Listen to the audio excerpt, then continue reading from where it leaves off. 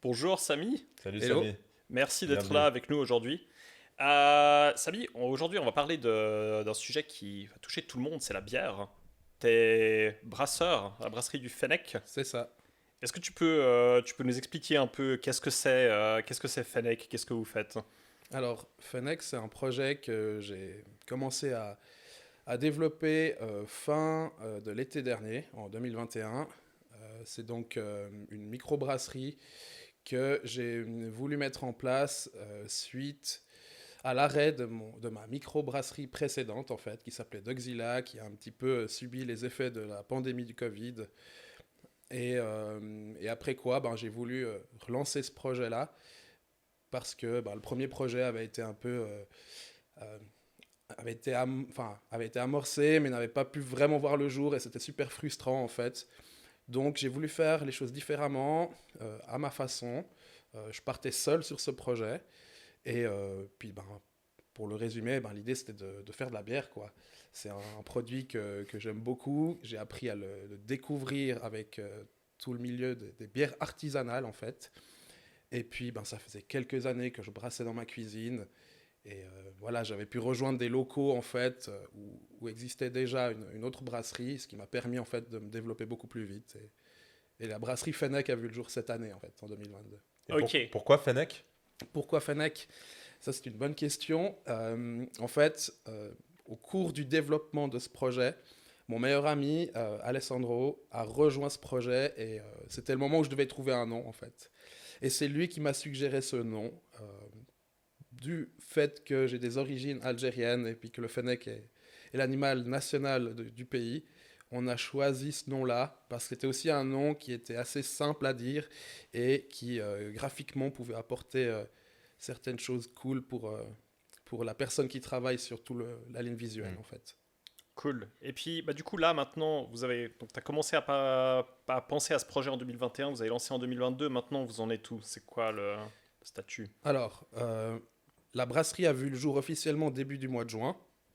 Ça fait donc 4 mois qu'on a vraiment lancé ce projet, qu'on a présenté nos bières au public et on a des super bons retours. C'est un peu une phase de présentation, je dirais. Maintenant, avec la rentrée, les mois un petit peu plus intéressants au niveau des ventes, on va essayer vraiment de développer ce projet et donc démarcher différents points de vente. Ça passe par des bars, des cafés, des restaurants, des épiceries, des magasins spécialisés. Et l'idée, en fait, c'est de présenter notre produit et puis d'essayer de se faire une petite place, déjà très localement, sur Lausanne et environ, et puis petit à petit, en fait, de s'exporter en Suisse romande au mieux, quoi. Cool. Qu'est-ce que tu produis comme variété de bière? Alors, je suis un peu inspiré par deux axes, on va dire. Il y a vraiment le côté bière traditionnelle, c'est-à-dire on va passer par des bières de style anglais, comme des bitters, des porters, etc. Ou des bières allemandes comme des Weizen ou des bières blondes Helles de basse fermentation. Tout ça, c'est des choses pour moi c'est comme faire une bonne pizza margherita, par exemple. Il n'y a pas 36 000 manières de le faire. Donc, c'est une façon que j'ai d'approcher la bière. Et puis, il y a le côté très moderne avec toutes les recettes un peu plus originales qui vont mêler les IPA, les bières acides, les sour, les stouts, etc. Où les brasseries se lâchent un petit peu plus et se permettent de travailler avec des fruits, avec des épices, avec toutes sortes de choses et de faire place à plus de créativité en fait. Mais on peut faire un rappel pour les ignorants d'entre nous sur le b.a.-ba de comment on fait de la bière. C'est quoi de la bière? Ouais, alors pour vulgariser le truc, il faut 4 ingrédients pour parler d'une bière: de l'eau, du malt d'orge principalement, du houblon et de la levure. Donc en fait, on va infuser, si on veut, les céréales dans de l'eau à une certaine température pour en extraire les sucres. On va ensuite parfumer ce mou, on appelle ça un mou au début, avec du houblon. On va le porter à ébullition, le parfumer avec du houblon. Ça va aussi, le houblon a des propriétés aseptisantes qui vont permettre en fait de préserver la bière. Et on va refroidir tout ça à une certaine température où les levures vont pouvoir travailler, et donc transformer ces sucres en alcool et en CO2, qui va donner le gaz à la bière. Et du coup, quand on se lâche, comme tu disais, qu'est-ce qu'on fait de différent quand on fait des bières plus spéciales?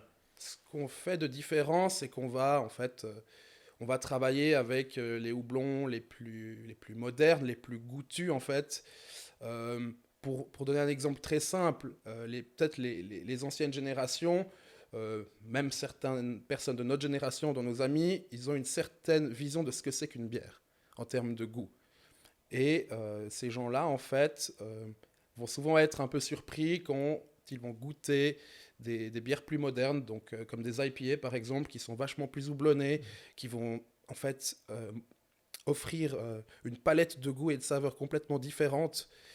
Et ça peut passer par là, en fait, de se lâcher. C'est-à-dire houblonner sa bière un petit peu plus fortement, avec des variétés un petit peu plus spéciales qui vont donner des notes tropicales, des notes d'agrumes ou que sais-je. Ou alors travailler sur des bières acides, par exemple, qui sont vraiment à l'autre opposé de la bière, enfin de l'image de la bière qu'on a en tête, et travailler avec des fruits, des fruits tropicaux ou des produits locaux aussi. Ça qui est intéressant en fait, c'est de pouvoir aussi travailler avec tout ce qu'on a autour de nous. Mhm. Mais ça, c'est marrant. Moi, je me souviens de l'époque où il y avait une seule bière. C'était la blonde à la pression. Ensuite, il y a eu la période où il y en avait deux, parce qu'il y avait la blonde et la blanche. Puis ensuite, ça s'est explosé. Là, ça a explosé. Là, il y a eu l'IPA. Maintenant, il y a les bières acides. Qu'est-ce qui fait qu'on n'avait pas ces parfums avant et qu'on les a maintenant? Est-ce on n'était pas curieux, on n'était pas intéressé, ou est-ce que c'est juste des modes? Je pense qu'il y a une part de mode, comme tu dis, mais il y a aussi le marché en fait. Le marché local n'est pas forcément prêt pour ce changement en fait, cette nouveauté. Les IPA, c'est rien de nouveau, c'est rien d'extravagant, ça existe depuis très longtemps aux États-Unis, en Angleterre aussi. Mais il a fallu que ça vienne petit à petit, en fait. Quand je te parlais d'un type de goût qu'on a en tête quand on parle d'une bière, ben c'est exactement ce que tu viens de dire. Au début, il y avait une bière, puis quand tu demandais une bière, tu savais ce qu'on allait t'apporter. Maintenant, tu demandes une bière, ben on te propose, ouais, mais tu veux quoi? Ouais. Et je pense qu'encore aujourd'hui, il y a certains établissements qui sont un petit peu frileux à l'idée de trop bousculer leurs clients et d'intégrer une bière qui va trop s'éloigner des standards qui ont été mis en place par les grands groupes brassicoles, quoi. Mais tu sais, je me faisais la réflexion il y a quelques temps en arrière. Euh, Au début de ma vingtaine, on avait commencé à aller beaucoup au Brasseur. Ça avait ouvert à Lausanne. Et c'était un peu c'est le début d'une phase où où on allait en ville, on allait en soirée, on buvait de la bière. Enfin, on allait dans un endroit qui ne servait a priori quasiment que ça, à part les soft drinks. Et on commandait des colonnes, et il y avait la blonde, la blanche, l'ambrée, qu'on a découvert à l'époque. La blanche, peut-être, je l'avais goûté une ou deux fois en Allemagne auparavant, une ou deux années auparavant. Mais je crois que pour ma part, c'est ça qui a commencé, qui a initié ce processus d'ouverture vis-à-vis d'autres bières. Parce qu'avant, pour moi, c'était un peu la Heineken, la Croc, il y avait la Corona et la Despé, tu vois. Ouais. Et c'était tout. Alors, je savais qu'il en existait d'autres et que dans d'autres pays comme l'Allemagne, notamment, il y a une grande culture de la bière. En Angleterre aussi, avec ses propres nuances. Mais qu'est-ce que tu penses de ça? Est-ce que les brasseurs ont joué ce rôle-là dans la vulgarisation un petit peu de la bière? Alors, à titre personnel Ouais. pour toi et pour Ouais. moi aussi, je ne vais pas le cacher, je pense que oui. Mm. Le truc, c'est que la Suisse, d'après moi, c'est mon avis personnel, on n'est pas forcément un très grand... on n'a pas une super grande culture de la bière. On est vraiment plus axé vin. Du coup, on découvre la bière avec ces bières industrielles qui sont répandues et qui sont un peu partout, celles que tu as citées juste avant. Et moi aussi, quand j'ai commencé à sortir, je suis passé par les brasseurs et puis c'est vrai qu'on découvre d'autres goûts en fait. Ça a certainement contribué à nous faire découvrir d'autres choses dans ce milieu de la bière. Donc on peut leur laisser ça à ces chaînes comme les brasseurs, hein. Mais voilà, en Allemagne, il y en a qui ont la chance de pouvoir aller au supermarché et d'avoir déjà un choix super intéressant en termes de bière et des grandes maisons, mais de qualité en fait. Et je pense que toute brasserie, micro-brasserie qui a pour objectif de vraiment faire découvrir la bière artisanale au plus grand nombre, a pour souhait de montrer en fait ce que la bière a à offrir. Et moi, je sais que je suis vraiment super content quand je rencontre quelqu'un ou que je parle avec un ami ou une amie qui me dit qu'il n'aime pas la bière. J'ai pour objectif de lui en trouver une qu'il va ou qu'elle va aimer. Et honnêtement, la plupart du temps, c'est bingo, on y arrive. Donc en fait, c'est juste trouver les goûts qui te correspondent. C'est quoi la touche Fennec, si on a une, dans la production, la conception de la bière? C'est assez difficile de mettre des mots sur une touche, mais c'est un tout, disons. Avec notre brasserie, avec Alès, ce qu'on souhaite pour se différencier de ces innombrables brasseries qui voient le jour, c'est de faire un produit déjà de qualité, qui nous plaît et qui plaît. Et du coup, on passe par ces deux axes, en fait, les bières traditionnelles et les bières un peu plus modernes, un peu plus originales, on va dire, avec une ligne visuelle qui est assez différente de ce qu'on peut voir dans le marché suisse, en tout cas, sur la bière. Et puis, on veut proposer des événements, en fait. Assez fréquemment, on est en train de travailler sur quelque chose qui puisse mêler des événements de dégustation avec des copains qui viennent passer des disques, des copains qui font, qui font à manger, en fait, qui ont des food trucks, etc. Et puis, je pense qu'on a une génération, on est de plus en plus à vouloir essayer des choses, à faire son petit projet personnel. Et puis, on a pour souhait de pouvoir mélanger tout ça et d'avoir notre brasserie un petit peu au centre. Et puis de se faire un peu un nom comme ça, et que les gens pensent que la brasserie Fennec, c'est aussi une brasserie qui organise des trucs cool, quoi. Qui propose des bons moments. C'est ça. Ah, mais il faudra qu'on fasse... tu sais que nous, on faisait des soirées pulled pork. Oui, Il faudra qu'on... tout à fait, oui. On parlera de ça. Il y a de quoi faire, ouais. La ligne visuelle est hyper cool. Il y a quelques bouteilles qu'on voit là, vous verrez les liens aussi. C'est qui fait le design? Alors, c'est une copine qui s'appelle Camille, que j'ai rencontrée au début du lancement de Dogzilla, où je cherchais quelqu'un qui puisse s'occuper de notre ligne visuelle, en fait. Et puis, c'était un vernissage, en fait. C'était l'ancien employeur que j'avais ouvrait un nouvel établissement. Et puis, Camille et son collectif d'artistes venaient faire un vernissage. Donc, en fait, on s'est rencontrés ce jour-là. Et puis, en fait, moi, j'étais dans la recherche de quelqu'un pour travailler sur mon projet.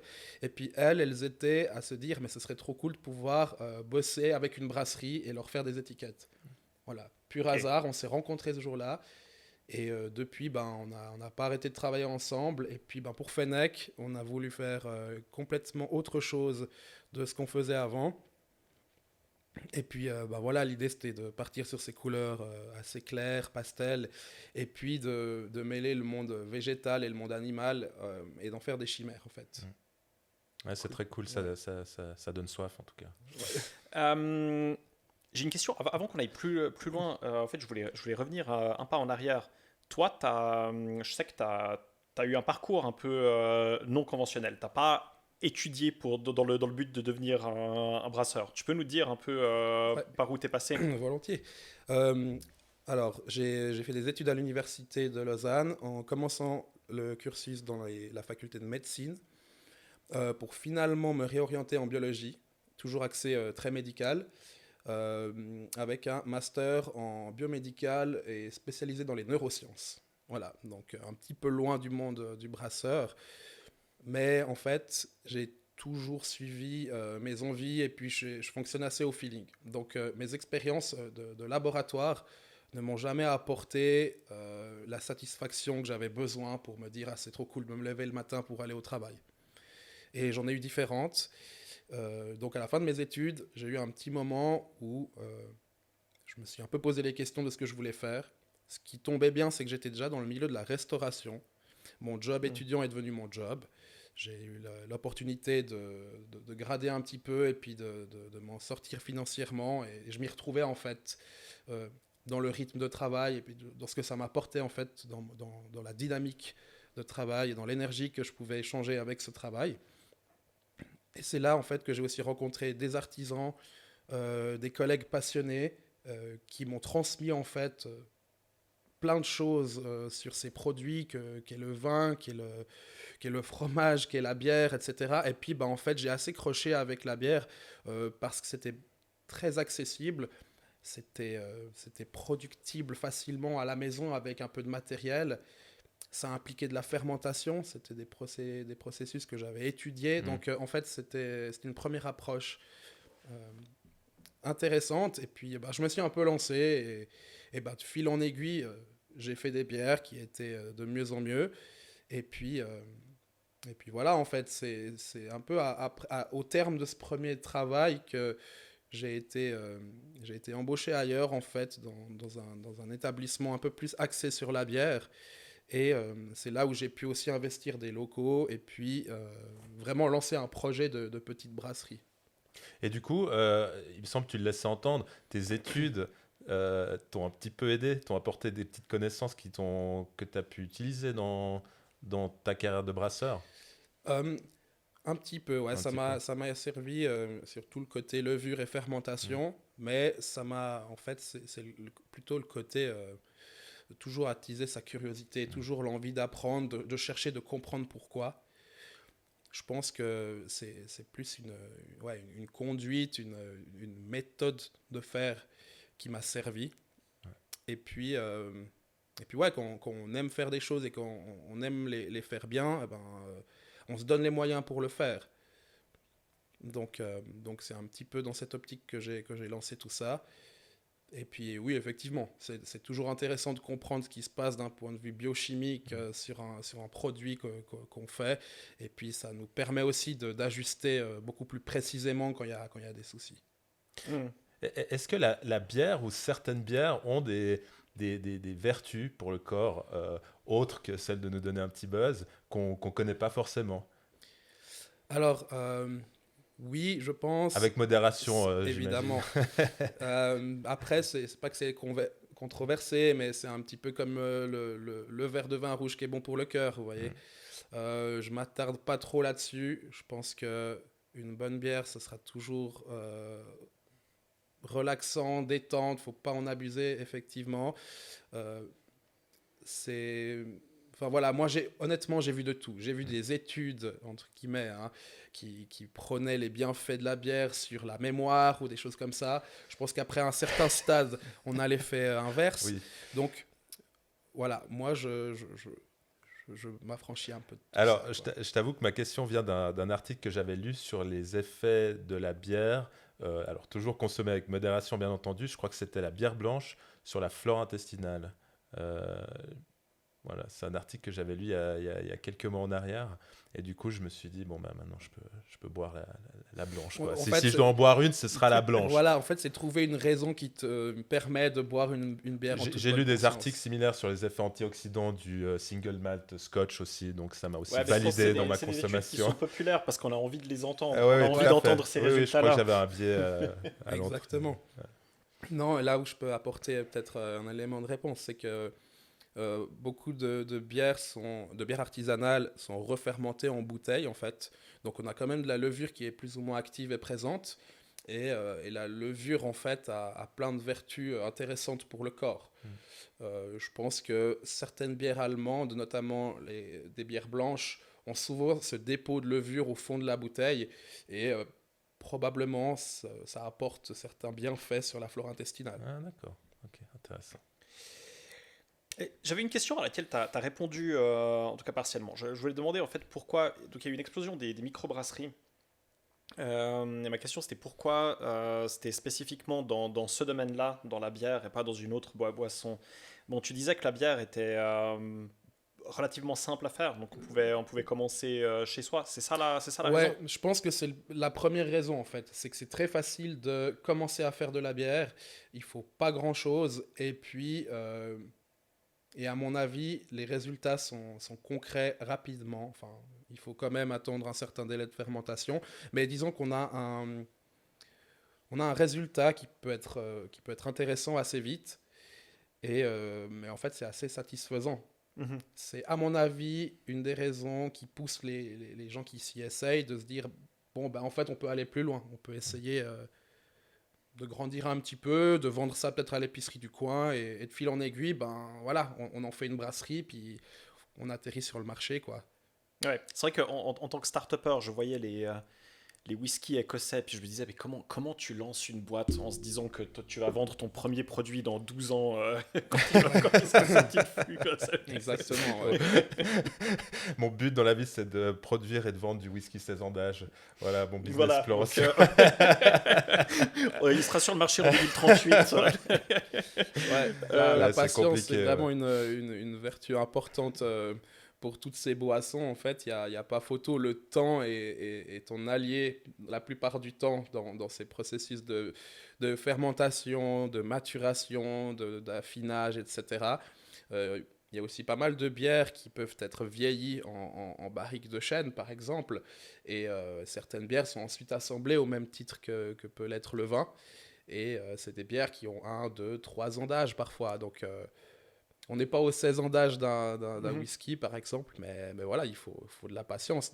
Il y a des jours, moi, ça m'est arrivé de le faire, de brasser une bière, de mettre ça en fermentation ou en vieillissement et de se dire, bon, ça, on va le sortir peut-être dans 2 ans. Et puis, voilà, salut la bière et à dans 2 ans, quoi. Mais la bière vieillit bien en fût, mais pas en bouteille. Faut pas la garder trop longtemps, j'imagine. Non, alors en fait, toutes les bières, notamment les bières qu'il y a juste ici sur la table, c'est des bières qui doivent être bues fraîches, en fait. Il n'y a pas d'intérêt de les faire vieillir. Idem pour ce genre de bière dans un fût en inox. Il y a vraiment des styles de bière, parce qu'on parle de style, qui sont propices au vieillissement, en fait. Et là, c'est des bières qui vont mêler d'autres types de micro-organismes, en fait. Des levures sauvages, certains types de bactéries, en fait, qui vont apporter des goûts beaucoup plus complexes et subtils. Et en fait, le temps va permettre à tout ça de travailler en symbiose et lentement, en fait. Lentement, mais sûrement. Mais une bière comme ça, tu dis, il n'y a pas d'intérêt. Est-ce que c'est juste qu'il n'y a pas d'intérêt dans le sens où elle va rester constante ou est-ce qu'elle va se détériorer? Un peu les deux, quoi. En fait, le houblon, c'est une substance aussi très volatile. Donc, une bière très houblonnée, ou plus houblonnée qu'une bière standard, disons, c'est une bière qui a tout intérêt d'être consommée fraîche. Dans le sens, il ne faut pas la garder trop longtemps. Parce qu'elle va se détériorer, en fait. Le houblon, au bout d'un moment, il va perdre de sa saveur, et puis il va même, avec l'oxydation, en fait, et la dégradation par les UV, va laisser apparaître des notes indésirables, en fait. Ce sera moins le cas sur des bières standards, on va dire, comme une bière blonde de soif, ou une bière avec des maltes déjà un petit peu plus caramélisées, torréfiées. Mais c'est des bières qui n'ont aucun intérêt à vieillir. Voilà. Une bière très houblonnée, c'est quoi typiquement? Alors, on peut commencer avec les pale ale. Donc, c'est déjà un petit écart avec une lager, une bière blonde très, très standard de soif, on va dire. Et puis, tout ce qui est IPA maintenant, justement. Une bière de soif, c'est intéressant. J'avais jamais entendu ça. C'est Il désaltérant. y a même la soif. Oui, bien sûr. Non, mais comme appellation, parce que en fait, ça me fait penser à un truc. Apparemment, il y a des siècles en arrière, pour les serfs qui travaillaient dans l'agriculture, etc., étaient payés. Comme c'était très difficile d'avoir de l'eau potable, les gens étaient souvent payés en bière. Enfin, au cours de la journée, ils avaient un casse-croûte, j'imagine, et on leur offrait de la bière. Alors, pour le coup, c'était de la bière à but de s'hydrater. Exactement. Qui leur était offerte et qui consommaient dans ce but-là. J'avais entendu aussi que les marins qui faisaient des grandes expéditions, Christophe Colomb, etc., ils avaient des stocks de bière parce que ça se conservait beaucoup mieux que l'eau. C'est ça. En fait, voilà, l'histoire aussi nous fait comprendre l'émergence de certains styles. Les IPA, par exemple, l'histoire dit que les IPA ont vu le jour suite à ces expéditions maritimes, justement, où on mettait plus de houblon dans les bières qui étaient en baril pour mieux la préserver pour le voyage, en fait.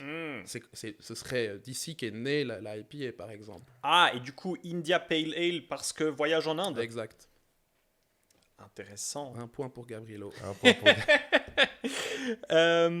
Ouais, et puis, donc, on parlait de l'explosion des microbrasseries. Est-ce qu'il y a encore de la place sur le marché? Est-ce qu'on peut encore faire une microbrasserie? J'aimerais y croire, vu que je lance ce projet avec beaucoup de questions. Enfin, je ne veux pas le cacher. C'est pas tous les jours facile. Honnêtement, en fait, il y a les petits comme nous, pour simplifier la chose, il y a les moyens, ceux qui sont là depuis maintenant quelques années, qui ont réussi à prendre des parts de marché, qu'on voit un petit peu partout, qui font de la bonne bière, qui ont un super capital sympathie. Et puis il y a les grands groupes, en fait, qui sont là avec des avantages colossaux qu'on peut juste pas rivaliser. Donc, on doit, en fait, faire un bon produit, ça ne suffit pas du tout. C'est une base, c'est-à-dire, tu n'as pas un bon produit, n'essaye même pas, d'après moi. C'est comme ça que je vois la chose. Il faut justement trouver d'autres cartes à jouer pour se faire sa place. Et voilà, nous, c'est là où on veut venir avec cette idée d'événement, de créer un petit peu plus que de la bière pour grandir et puis essayer de perdurer dans ce milieu. Mais ouais, c'est méga compliqué en fait. Très souvent, on va avoir des établissements qui goûtent nos bières, qui sont super enthousiastes et qui nous font des bons retours, mais qui ont les mains liées parce qu'ils ont des contrats d'exclusivité ou ce genre de choses. Et nous, on ne peut pas offrir des ristournes, des installations de bars comme des grands groupes peuvent le faire. Donc, je pense que le problème que j'ai, c'est le problème que plein de microbrasseries rencontrent en ce moment. Et c'est quoi ton rapport avec les autres microbrasseries? C'est des concurrents ou bien vous voyez tous comme étant dans le même bateau? Moi, je trouve que c'est vraiment une compétitivité très saine, en fait. On s'entraide énormément, on échange beaucoup, on est effectivement dans le même bateau. Chacun joue ses billes, mais si on peut aider les copains, on le fait toujours. Moi, j'ai rarement vu ça dans un milieu. En fait, vraiment, c'est très bienveillant, en fait. Et même les brasseries qui sont déjà un petit peu plus grandes, qui ont d'autres moyens que nous, c'est les premières à nous filer un coup de main quand elles peuvent le faire, en fait. Donc ouais, c'est assez cool. C'est bienveillant. Ouais. De ce que j'ai pu rencontrer, en tout cas. Est-ce qu'il y aurait un intérêt sur le plus long terme à... je réfléchissais à ça tout à l'heure, à ce que les microbrasseries s'allient entre elles pour former une espèce de macro-brasserie quelque part avec du coup un éventail très très large. Je ne sais pas quel modèle ce serait, des coopératives ou quelque chose comme ça, pour justement voilà, que cette compétition soit enfin les effets positifs de cette compétition puissent être bénéficier à chaque acteur. On y a déjà pensé et on en a déjà parlé avec 3-4 autres brasseries. C'est pas vraiment un projet parce que à part en parler, on n'est pas allé plus loin, mais ça serait intéressant sur beaucoup de plans, effectivement. Ce serait cool. En fait, ça nous permettrait d'être plus forts. Après, à voir si on pourrait imaginer ça en formant une sorte de coopérative et chacun reste indépendant en ayant sa propre marque ou fusionner. Enfin, voilà, il y a plein de choses imaginables. Mais je crois que quand on commence un tel projet, on aime beaucoup cette indépendance et ce fait d'être libre dans ses choix et dans ce qu'on fait. Et le plus on va vers des projets comme ça, le plus on perd un petit peu cette indépendance, je pense. Mais voilà, peut-être qu'à terme, on y sera forcé parce que, voilà, comme vous le savez, on vit une époque assez compliquée en ce moment. Le prix des matières premières flambe partout. Alors, on a encore reçu un mail d'un fournisseur avant-hier qui nous annonçait l'augmentation de ses prix de 25%. Même fournisseur qui avait augmenté ses prix en début d'année. Donc en fait, on commence à se dire, mais comment on va s'en sortir, quoi? Parce que nous, au bout d'un moment, on va devoir répercuter tout ça sur le prix de vente de nos bières. Et puis, au bout d'un moment, ça va juste permettre aux plus gros de devenir plus gros, ils seront toujours plus intéressants que nous.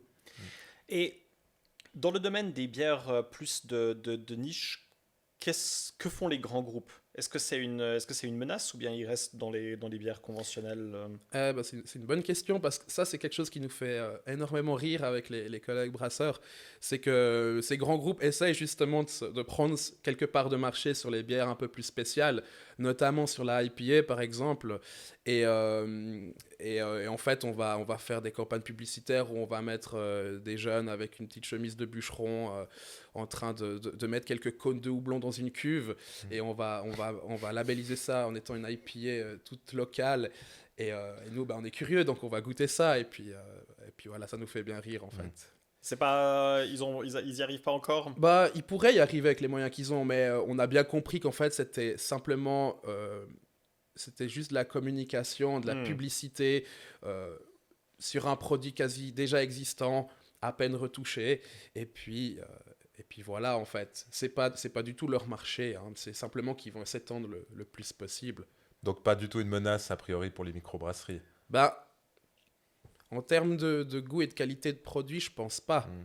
Mais le problème reste le même, c'est-à-dire qu'un établissement qui se voit offrir une IPA d'un grand groupe qui répond aux critères, c'est-à-dire c'est marqué que c'est une IPA, c'est quand même un peu plus floral, fruité, et c'est à des prix dérisoires, ça sera, voilà, ça pourra souvent pencher dans la balance, quoi. Hmm. Ouais. Et du coup, c'est quoi dans le côté plus entrepreneur, donc dans la création de ta brasserie, c'est quoi les apprentissages? Qu'est-ce qui t'a surpris? Alors, on en apprend vraiment tous les jours. Moi, ça, j'ai vraiment appris sur le tas, et j'essaye simplement de faire les choses dans l'ordre, et puis de les faire juste, quoi. Mais c'est beaucoup de démarches administratives. Euh, Ce qui m'a surpris, en fait, c'est que, honnêtement, c'est pas si compliqué que ça d'obtenir des autorisations pour pouvoir vendre de la bière, en fait. Du moment qu'on a un local qui est réglementaire, hein, qui est dans les normes, etc., c'est c'est assez facilité. Après, on a des taxes sur la bière qui est vendue, évidemment, mais en fait, je pense que quand on est vraiment petit, quand on fait des petits volumes comme ce que je fais aujourd'hui, on est dans la zone encore assez tranquille, on va dire. Mais après, plus on grandit, plus on a des contraintes à ce niveau-là. Et puis après, ben, il y a tout, il y a tout le reste, quoi. Penser, en fait, quand on est entrepreneur, à vouloir faire son projet, puis à faire un peu d'argent, parce que ça reste ça, hein, ça reste un petit business quand même. Et si on veut essayer d'en vivre, bah, il faut un peu penser à tout, quoi. On pense Hmm. à la communication de diverses manières, notamment avec les réseaux sociaux. Euh, on réfléchit toujours comment pouvoir baisser les coûts sans toucher la qualité du produit. Dans les petits locaux que j'ai et que je partage, il y a des questions logistiques qui sont mais, quotidiennes. Comment gérer ses stocks, comment déplacer telle ou telle chose, comment faire de la place pour la commande qui arrive.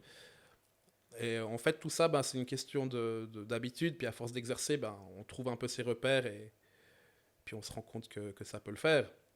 Tu peux nous parler un peu justement des locaux là, du setup que vous avez là? Ouais, alors moi je travaille dans des locaux au centre de Lausanne, donc c'est assez chouette, en sous-sol, euh, qui sont partagés avec une autre brasserie. Donc j'ai un ami qui s'appelle Simon, qui travaille pour la brasserie du Lance-Pierre, et ça fait quelques années maintenant qu'on évolue dans le même local avec du matériel partagé.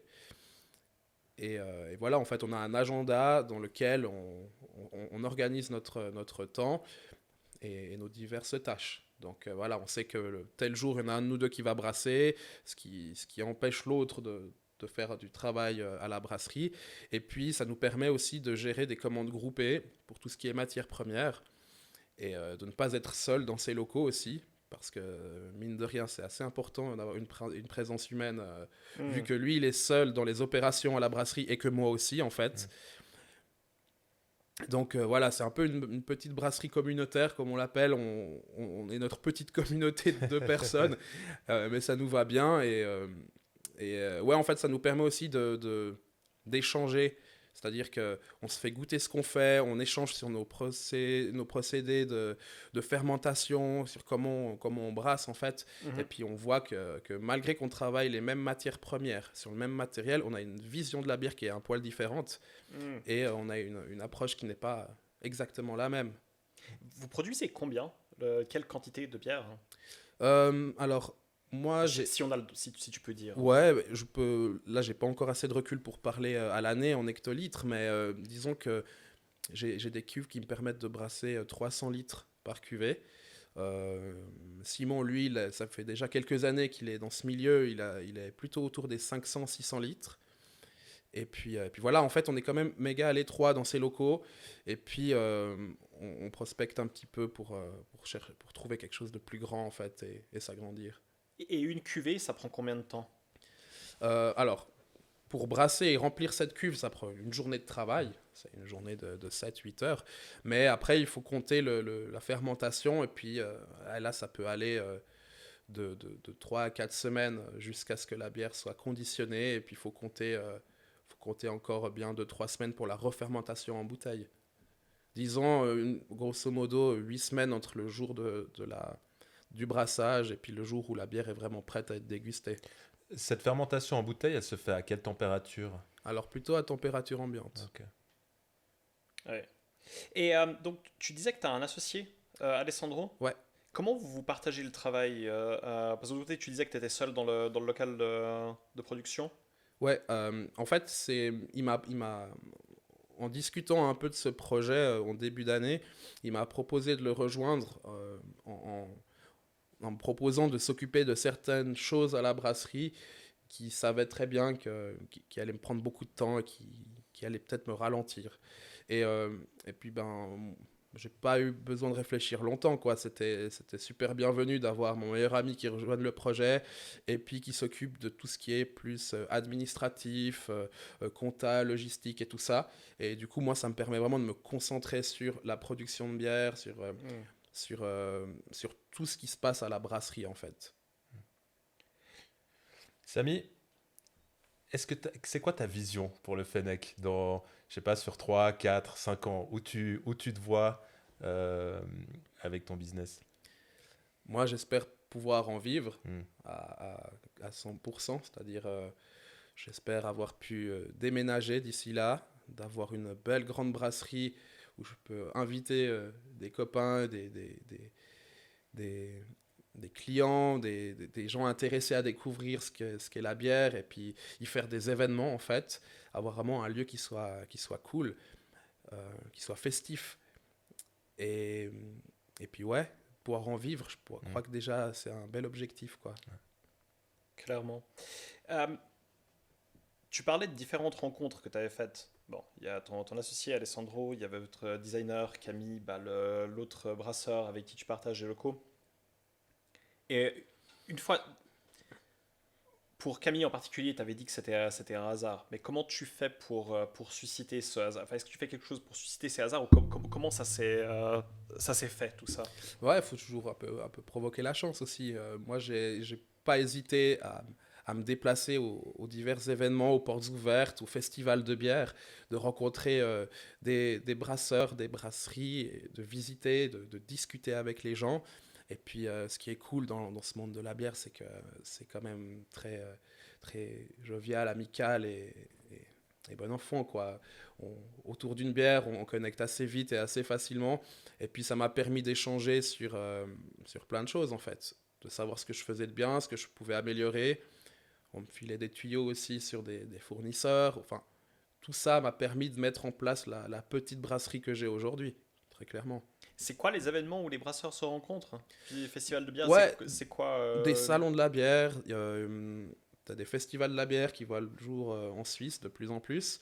Donc c'est comme un salon du vin, mais en plus fun. Ok. Voilà, Un peu moins Shots coincé, je fired. pense. voilà, exactement. Non, faut dire ce qui est. Ah non, en fait, les brasseries souvent viennent avec leur dernière création ou bien avec leur bière annuelle et puis ils font goûter ça. Puis souvent, en fait, le format, c'est que tu payes en fait un pass, tu reçois un verre et tu peux un peu goûter tout ce qui se fait, quoi. Hmm. Et puis souvent, ce qui est cool, c'est que les brasseurs sont présents. C'est pas systématiquement le cas, mais quand ils sont présents, en tant que brasseur, c'est cool de pouvoir échanger et puis de poser les questions que tu ne peux pas poser aux autres personnes, quoi, en fait. Parce que moi, j'ai pas fait de formation, justement, comme tu l'as souligné, j'ai pas fait d'études là-dedans, mais ça existe. Aux États-Unis, en Angleterre, il y a vraiment des études et des formations qui te donnent un titre de brasseur. Académie de la bière. C'est quand même classe. Académie Hein. des brasseurs. Ouais, Ah ouais. bah oui. Si Master t'as le en diplôme, fermentation. voilà, c'est Ouais. quand même ça en jette. Voire maître de l'orge. Maître de...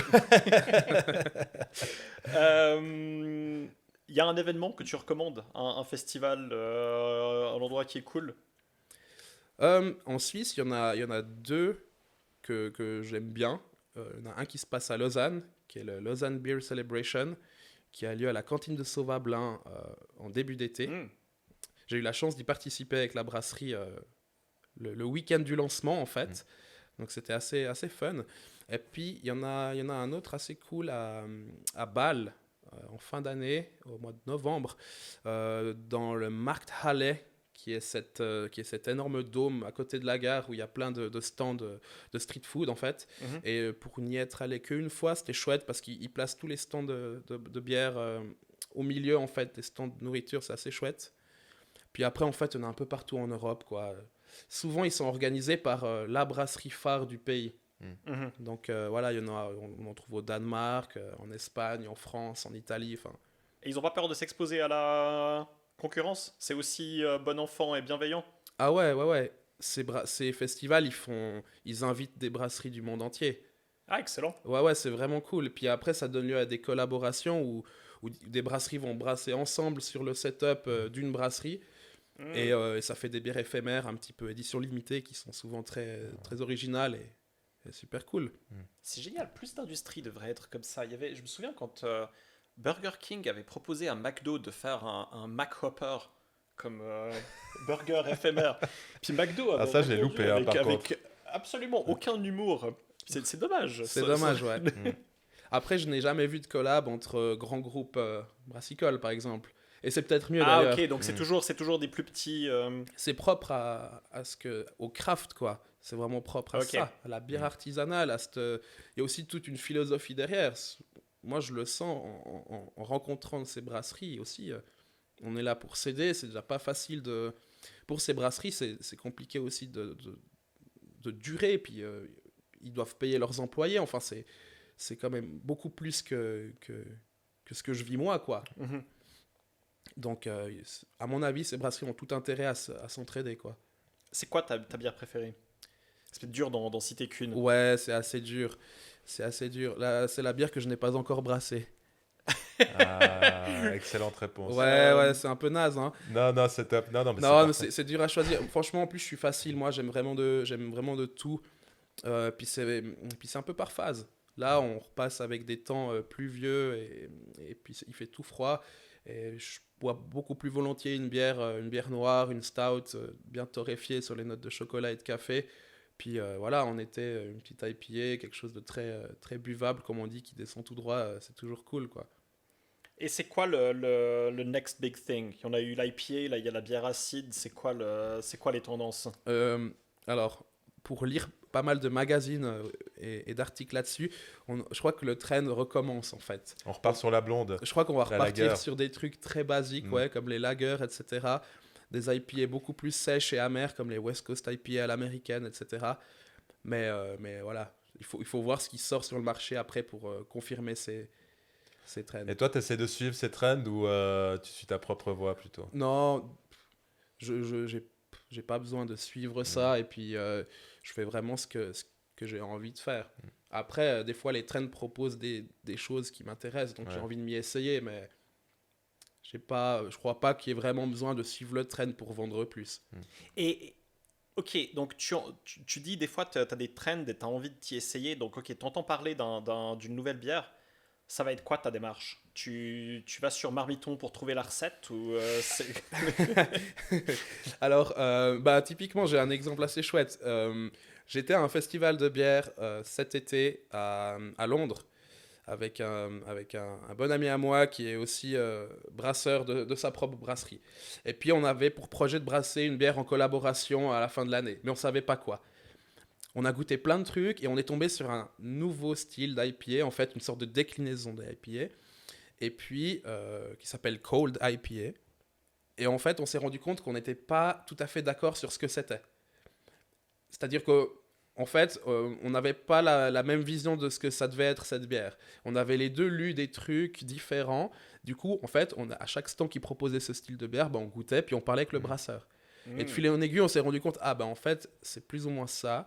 On continue nos recherches, et puis on va designer en fait une recette et puis tout un schéma de fermentation pour cette bière. Et puis on s'est dit que c'était cool de brasser une collab sur un nouveau style de bière, en fait. Mais c'est quel style du coup que vous avez... Du coup, si tu peux dire. ouais, bon, ouais après, c'est des termes un peu plus techniques, mais bref, c'est une IPA qui va être, voilà, c'est là où je vais peut-être me tromper, qui va être fermentée comme une lager, mais houblonnée comme une IPA. C'est la India Pale Lager, c'est ça? Mais justement, c'est là, Ah, en fait, c'est exactement là où on n'était pas d'accord avec mon pote. Du coup, peut-être que je suis en train de répéter la même erreur. ok. Voilà, j'ai pas eu le temps de me repencher sur la question. J'avais goûté une fois à Boston une India Pale Lager, j'avais trouvé ça génial. Genre, si c'est ça, je serais client. En fait, c'est l'inverse de ça. Donc c'est l'inverse de Ouais. ça, une lager à India Pale. Un truc, ouais, au bout d'un moment, on tourne en rond, quoi. Cool. Et il y a toujours des nouvelles bières à faire? Il y a des bières qui n'ont pas été découvertes encore? Ou on est condamné à refaire le... Il y a de plus en plus de... Enfin, il y a des crossovers de styles, j'ai l'impression. On prend un petit peu d'un style de bière et d'un autre, puis on prend le meilleur des deux, on essaie de faire quelque chose de bien. Des fois, ça marche, comme les sour IPA, des bases d'IPA qui sont acidulées, ou comme ces cold IPA, par exemple, qui vont mêler un petit peu la buvabilité de la bière de basse fermentation et puis le côté houblonné d'une IPA. Mais voilà, après, inventer des styles, il n'y a pas un nouveau style qui voit le jour par année non plus, quoi. Hmm. Mais après, il y a des brasseries en fait qui ont pour ligne directrice de ne faire qu'un seul style de bière. Aux États-Unis, ça se fait beaucoup. Il y a des brasseries qui sont ultra réputées pour leurs IPA, puis elles ne font que ça. Ça, c'est une question que j'avais. C'est qui les meilleurs brasseurs maintenant? Donc, traditionnellement, on entend parler de l'Allemagne, etc. Mais maintenant, c'est dans quel pays qu'il y a le plus d'innovation, de créativité, de qualité? Ouais, alors c'est franchement pas facile de répondre à ça. Mais je pense il faut se focaliser sur des styles de bière pour pouvoir y Hmm. répondre. Sur ce qui est houblonné, par exemple, tout ce qui est IPA, double IPA, etc. Les Américains sont vachement en avance. C'est un petit peu, ouais, c'est un peu eux qui dictent le game, je dirais. C'est comme ça que je le perçois en tout cas. Dès qu'on parle de bières de basse fermentation, donc des lagers, des bock, toutes ces bières qu'on a beaucoup plus par chez nous, ben, les Allemands, ils ont toujours été là, puis ils sont toujours là, et c'est difficile de faire mieux que ce qu'ils font. Si on parle d'une bonne lager à la tchèque, une pilsner, ben il n'y a pas mieux que de boire une pilsner de chez eux, par exemple. Hmm. Mais ouais, Mais qu'est-ce qui fait un bon brasseur, du coup? C'est des gens qui ont été baignés dans cette tradition depuis l'enfance, et c'est ça? ben, je pense que c'est quelqu'un qui s'intéresse vraiment à, à différents styles de bière, à comment les faire justement, correctement, et puis en fait, qui va essayer de respecter les styles. Quand il s'agit de styles traditionnels, en fait, je prenais l'exemple de la pizza margarita au début, bah, c'est un peu ça, c'est-à-dire il n'y a pas besoin d'être trop extravagant là-dessus, il faut vraiment faire la chose correctement et, euh, et voilà, si on y arrive, pour moi c'est déjà une bonne carte de visite en fait. Après, faire des choses créatives, essayer des choses un petit peu plus fun, mélanger des différents ingrédients, des fruits ou des arômes, ben, pourquoi pas, mais c'est, pour moi, c'est pas là où on voit un bon brasseur. Hmm. Si on parle vraiment que de produits, après, bah, il y a tout le côté un peu plus brasseur, entreprise, entrepreneur, où on sort un peu du domaine du produit, quoi. Ouais, ouais. Tu voulais... Non, non, Attends. pas du tout. J'ai cru J'ai cru que je t'interrompais. absolument pas. Non, non. Non, ouais, mais ok. Pour revenir en arrière au sujet, donc on parlait de tes études et de tes premières expériences professionnelles, j'ai l'impression que là, tu es dans un domaine qui est beaucoup plus artisanal Ouais, par rapport à la biologie qui pourrait être beaucoup plus académique. Et là, ça résonne avec ce que tu disais sur la pizza margarita, etc., où c'est vraiment un contact avec la matière. c'est Et puis, ça, ouais. j'ai l'impression que, je sais pas comment formuler la question, j'ai l'impression que les branches académiques sont plus mises en avant dans la culture. Alors qu'au final, on peut très bien s'accomplir beaucoup plus dans une branche artisanale. Ouais. C'est, c'est quoi ta perception par rapport à ça? Bah, je suis très d'accord avec toi. je pense que je pourrais parler pour toute ma bande de potes et dire qu'en fait, consciemment, inconsciemment, on est poussé vers l'académie, faire des études et puis surtout trouver une carrière qui découle des études qu'on a faites.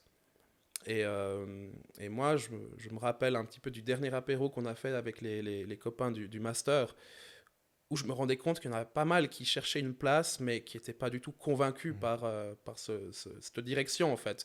Travailler en pharmaceutique, en labo, etc. Et en fait, j'avais des gens qui respectaient mon choix de ne pas me lancer là-dedans, mais pour moi, c'était une évidence, en fait. Je me voyais pas là-dedans. En fait, c'était une tare, c'était un effort que de me lancer à faire des recherches pour bosser pour une pharma ou en labo. Et ouais, je pense qu'on est un peu dirigé dans cette direction. Et peut-être que si on m'avait donné l'opportunité de faire quelque chose de plus artisanal dès le début, je l'aurais peut-être fait. Comment on pourrait mieux communiquer ça aux jeunes qui... Je pense que tous les métiers, les professions très manuelles, artisanales, faut les mettre en valeur beaucoup plus. Il faut les apprentissages, en fait, il faut les mettre en avant, il faut les valoriser. Enfin, c'est très, très bête et c'est un peu une caricature que de dire que quand on est plus jeune, ben, ceux qui réussissent, qui ont des bonnes notes, vont faire des études, et puis ceux qui y arrivent moins, ils vont faire un apprentissage. Mais franchement, c'est un petit peu comme ça qu'on le percevait. Et c'est faux, en fait. C'est faux. Et puis, moi, je ne pense pas avoir perdu du temps parce que mes études à l'université, elles étaient géniales. J'ai rencontré plein de gens cool, j'ai appris plein de choses, et puis c'était clairement parmi les meilleures années de ma vie. Mais en termes de travail, ben, j'aurais pu peut-être commencer plus tôt si j'avais trouvé ma voie plus rapidement, quoi. Ça fait plusieurs décennies que la filière d'apprentissage en viticulture existe. Est-ce qu'il y a une filière comparable dans la brasserie? Alors, pas que je sache. En Suisse, je veux pas dire de bêtises. Je sais qu'il y a des écoles pour devenir sommelier de la bière qui sont par ici. Pour ce qui est des formations, en tout cas, moi, j'ai plutôt entendu ça côté français et anglais. En tout cas, les quelques brasseurs que je connais qui ont fait ces formations, ils ne les ont pas faites ici. En même temps, je me disais, le projet que tu es en train de lancer maintenant, j'ai l'impression que ça aurait été infiniment plus difficile de le faire si on était dans les années 90. Est-ce que c'est juste ou c'est faux? Ouais, je pense. Je pense qu'il y a des brasseries qui ont fait le travail avant nous, quoi, qui nous ont préparé le terrain, et puis... Bon, mais tu peux potentiellement avoir accès à tes clients plus directement par les réseaux sociaux ou autres, et aussi plus de culture, d'avoir une plus grande variété de bières dans les bars. Très qu'on avait clairement. avant. Ouais. Mais du coup, est-ce que maintenant on est dans un âge d'or est-ce qu'on va entrer dans un âge d'or pour ce qui est l'artisanat, où du coup des gens vont pouvoir faire des carrières d'artisanat et se faire connaître comme ça? Bah, c'est potentiellement beaucoup plus facile de se lancer et puis de toucher beaucoup plus de monde. Je le pense. Mais comme on le disait avant, il y a aussi peut-être beaucoup plus de compétition.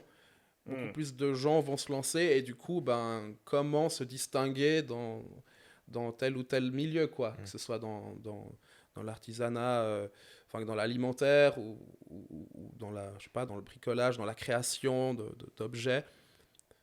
J'ai été invité avec la brasserie il y a 2 semaines par un copain qui organisait un marché des artisans, en fait.